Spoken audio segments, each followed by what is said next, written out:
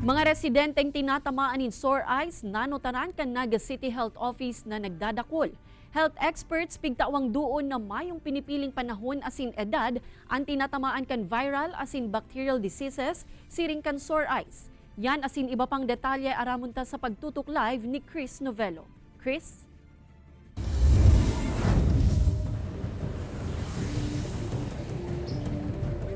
Kate Saro, hasta 2 pasyente kada aldaw ang nagpapasiring sa Naga City Health Office na may conjunctivitis o sore eyes na basado sa monitoring kan opisina may pagdakol subuot sa kaso kan mga nakaaging aldaw. Inabutan ka news team si Remedios kan Barangay Concepcion Pequeña, Naga City na nagpapakonsulta sa Naga City Health Office. Naka-shades asin nakaabang man ang tissue kaini na pangpuna sa luha sa iyang mata. Si Remedios kaya tulong aldaw nang may sore eyes na nagpunsa na subot sa pagkusot sa iyang mata. Na ano ko po, medyo may burubaybay.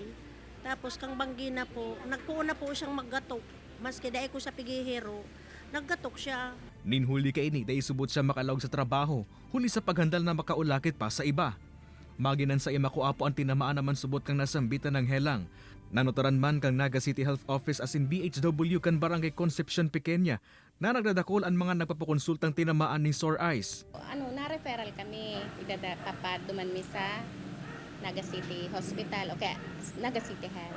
Yes po, for the recent weeks, na-observe namin yung pagdami ng cases namin for both bacterial, viral, and even allergic conjunctivitis.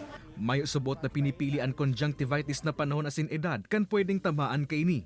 Technically po, ini kaya kausa man din ng mikrobyo. So technically, yung hygiene plays a very important role sa prevention kaya ito yung conjunctivitis na ina. Inabisuhan man kan mga otoridad ang mga residenteng may sore eyes na tulos magpakonsulta sa doktor para matauaning bulong asin maabisuhan kung paano mapepreventaran ang paglakupakan impeksyon.